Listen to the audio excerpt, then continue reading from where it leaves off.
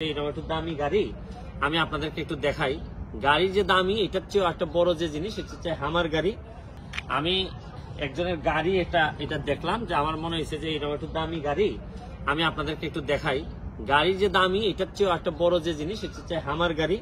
এটা এখানে মানে একটু ধনী যারা তারা চালান আমেরিকাতে। কিন্তু আমার নজর যেখানে পড়ছে এটা দেখেন, নজর হচ্ছে গিয়ে সিলেট এবং এইটাই নাম্বার প্লেট।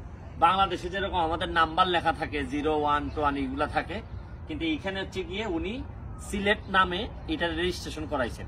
তা আমি যখন জিজ্ঞেস করলাম যে এই আর কোনো সিলেট নামে আছে কিনা, বললেন না, থাকতে পারে যে সিলেট 1, সিলেট 2, বাট অনলি সিলেট এটা একমাত্র উনার এই গাড়িতেই আছে। আমার এত ভালো লাগছে যে নিজের এলাকারে যে মানুষ কিভাবে কত ভাবে বিদেশে এসেও কিভাবে ধারণ করে যে তার গাড়িটার নাম্বার প্লেটও সিলেট। আমি তার সাথে একটু আপনাদেরকে পরিচয় করাই দিই। ভাই একটু এদিকে আসেন।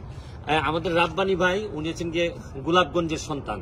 তো উনার এই যে গাড়িতে সিলেট লেখা, আমি একটু জিজ্ঞেস করতে চাই ভাই আপনার এই সিলেটটা পছন্দ করে নিলেন কেন? সিলেটে আমার জন্ম। জি, এদিকে আসেন। সিলেটের জন্ম এই জন্য, যদিও আমরা বিদেশে থাকি কিন্তু সিলেটে আমাদের জন্মভূমিতে কোনো সময় বলতে পারি না।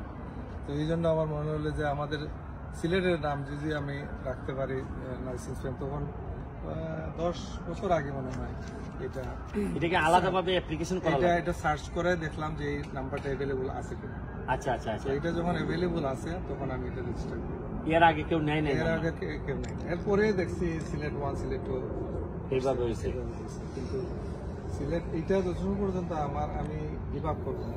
জি, এটাই না, এটা তো আসলে আপনার মানে এটা তো এত গর্ব করার মতো একটা জিনিস যে হ্যাঁ, না না, এটা নিজের এলাকার সাথে করে নিয়ে ঘুরে বেড়াচ্ছেন বিদেশের মাটিতে। তা আমি আসলে দেখেন যে এই রাব্বানি ভাইয়ের এই কনসেপ্টটা আমার ভালো লাগছে এই কারণে যে আমি অনেক বেশি জন্মস্থানের জন্য কাজ করতে চাই, জন্মস্থান যে আগায় নিতে চাই। এই জন্য উনার এই ইটা দেখে, আমার গাড়িতে সিলেট লেখা দেখে আমার অনেক ভালো লাগছে। আমি মনে করি যে আমাদের পরবর্তী প্রজন্ম যে, আর আমি আরেকটা প্রশ্ন আপনাদের শেষ প্রশ্নটা করি, আপনার ছেলে মেয়েদেরকে কতটুকু আপনি সিলেটি বানাইতে পারবেন বা দেশের প্রতি টান নিয়ে আসতে পারবেন আপনার মনে হয়? আমি মনে করি গাড়িরে তো সিলেটি বানাই গাড়িরে তো সিলেটি বানাই ফেলছেন। গাড়ি সিলেটি বানাইছে, কিন্তু আমার বাচ্চাদেরকে ও সিলেটি শিখাইছে। আচ্ছা আচ্ছা আচ্ছা, ইমরান কাম ওভার। আসো বাতিজা, আসো। No Warsi, no worries, come on, no worries, come on, come on, come on, come on, আসো আসো আসো। তার সাথে সিলেটি। ও আচ্ছা আচ্ছা আচ্ছা, সে হচ্ছে উনার ছেলে নেক্সট জেনারেশন। সো মোটামুটি সিলেটি সে পারে। বাংলাদেশে আর মানে তোমার বাবা তো গাড়িটারে সিলেটি বানাই ফেলছে, অলরেডি রিটেন সিলেট। তোমার হাউ ডু ইউ ফিল? তোমার কেমন লাগে? আমরাও তো সিলেটি বানাই। দেশের প্রতি কি কোন টান লাগে কিনা? Do you feel? ওই দেশের মানে লাস্ট টাইম গেছে মানে 5-6 years ago। আচ্ছা আচ্ছা, ইনশাআল্লাহ নেক্সট ইয়ার আমরা যাব। Fantastic fantastic. সো দেশের জন্য কাজ করতে ইচ্ছুক আছে? Do you want to work for the country?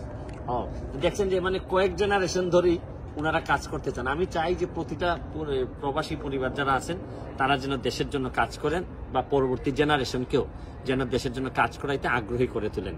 আজকের মতো বিদায় নিচ্ছি। সবাইকে আবারও ঈদ মুবারক। আজকে ঈদের দিন, ঈদ মুবারক জানিয়ে বিদায় নিচ্ছি। ভালো থাকবেন, সুস্থ থাকবেন। Thank you.